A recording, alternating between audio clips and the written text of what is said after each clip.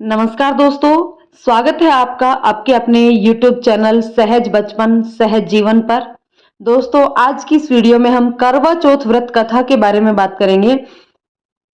जो 7 भाई और एक बहन वाली करवा चौथ व्रत की कथा है, उस कथा को आज हम शुरू करेंगे।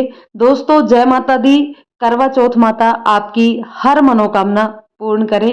तो चलिए दोस्तों, कहानी शुरू करते हैं। बहुत समय पहले की बात है। एक साहूकार के 7 बेटे और उनकी एक बहन करवा थी।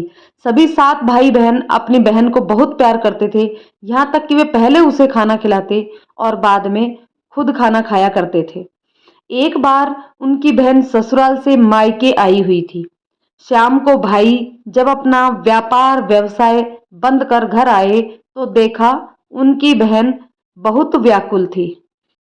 सभी भाई खाना खाने बैठे और अपनी बहन से भी खाने का आग्रह करने लगे, लेकिन बहन ने बताया कि उसका आज करवा चौथ का निर्जल व्रत है और वह खाना सिर्फ चांद को अर्घ्य देकर ही खा सकती है।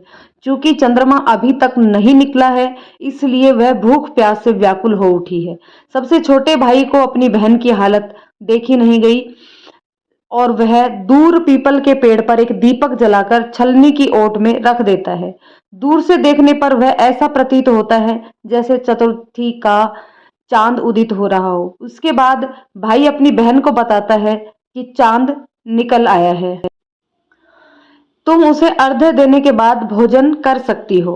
बहन खुशी के मारे सीढ़ियों पर चढ़कर चांद को देखती है और उसे अर्घ्य देकर खाना खाने बैठ जाती है। वह पहला टुकड़ा मुंह में रखती है कि उसे छींक आ जाती है। दूसरा टुकड़ा डालती है तो उसमें बाल निकल आता है और जैसे ही तीसरा टुकड़ा मुंह में डालने की कोशिश करती है तो उसके पति की मृत्यु का समाचार उसे मिलता है। वह बौखला जाती है। उसकी भाभी उसे सच्चाई से अवगत कराती है कि उसके साथ ऐसा क्यों हुआ। करवा चौथ का व्रत गलत तरीके से टूटने के कारण देवता उससे नाराज हो गए हैं और उन्होंने ऐसा किया है। सच्चाई जानने के बाद करवा निश्चय करती है कि वह अपने पति का अंतिम संस्कार नहीं होने देगी और अपने सतीत्व से उन्हें पुनर्जन्म दिलवा कर रहेगी। वह पूरे 1 साल तक अपने पति के शव के पास बैठी रहती है, उसकी देखभाल करती है, उसके ऊपर उगने वाली सुई नुमा घास को एकत्रित करती जाती है। 1 साल बाद फिर करवा चौथ का व्रत आता है। उसकी सभी भाभियां करवा चौथ का व्रत रखती हैं। जब भाभियां उनसे आशीर्वाद लेने आती है तो वह प्रत्येक भाभी को यह सुई ले लो, पिए सुई ले लो, मुझे भी अपनी जैसी सुहागिन बना दो, ऐसा आग्रह करती है। लेकिन हर बार भाभी उसे अगली भाभी से आग्रह करने के लिए कहकर चली जाती हैं। इस प्रकार जब छठे नंबर की भाभी आती है तो करवा उससे भी यही बात दोहराती है। यह भाभी उसे बताती है कि चूंकि सबसे छोटे भाई की वजह से उसका व्रत टूटा था, अतः उसकी पत्नी में ही शक्ति है कि वह तुम्हारे पति को दोबारा जीवित कर सकती है। इसलिए जब वह आए तो तुम उसे पकड़ लेना और जब तक वह तुम्हारे पति को जिंदा न कर दे उसे नहीं छोड़ना। ऐसा कहकर वह चली जाती है। सबसे अंत में छोटी भाभी आती है। करवा उससे भी सुहागिन बनने का आग्रह करती है, लेकिन वह टालमटोल करने लगती है। यह देख करवा उन्हें जोर से पकड़ लेती है और अपने सुहाग को जिंदा करने के लिए कहती है। भाभी उसे छुड़ाने के लिए नोचती है, खसोटती है, लेकिन करवा नहीं छोड़ती।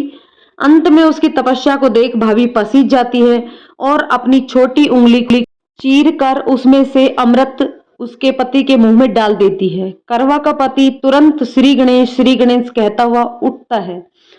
इस प्रकार प्रभु कृपा से उसकी छोटी भाभी के माध्यम से करवा को अपना सुहाग वापस मिल जाता है।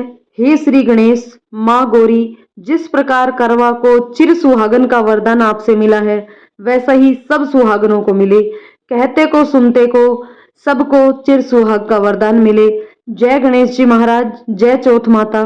दोस्तों, इस चौथ माता की कहानी के बाद गणेश जी की कहानी का भी विधान होता है। तो ये लिंक जो आपको एंड स्क्रीन पे दिख रहा है, इस पर क्लिक करके गणेश जी की कहानी भी सुने। जय माता दी, धन्यवाद।